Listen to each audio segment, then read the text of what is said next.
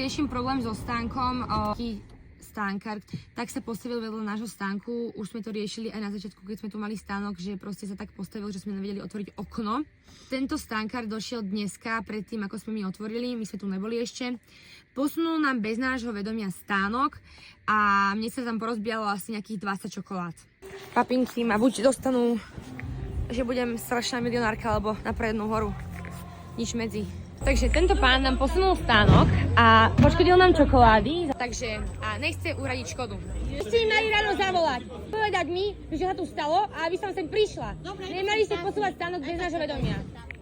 Signál ako ja a budete mať také meno, tak potom sa bavíme o dačom.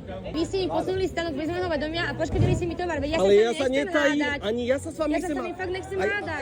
On nechce vidieť. Ale to nepotrebujem vidieť, ja to potom budú posudzovať iní, čo povedia. Áno, mohlo sa to stať pri tom posunutí. Pán mi nechce dať tých. Koľko to je peňazí?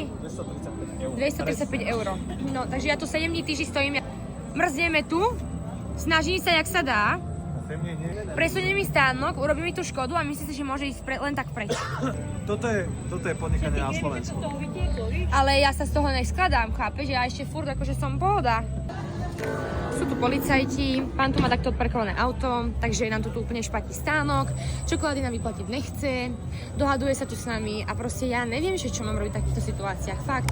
Akože podľa toto nie je normálne, aby mi niekto robil. Môj telefón ide na polovicu, lebo tam je taká zelená machula, lebo prosím mi odchádza. Že tam nejaký úmysel nebol, že my to nevieme, jak nejaký prístup proti majetku riešiť. On sa tomu nechce ani postaviť normálne. Ale však Bohužiaľ to je tak, Ja vás rozumiem. Takže to je v poriadku, že vy ste mi posúval stánok, ale teraz mám ja si posunúť stánok, lebo vám trčím na kábli, áno?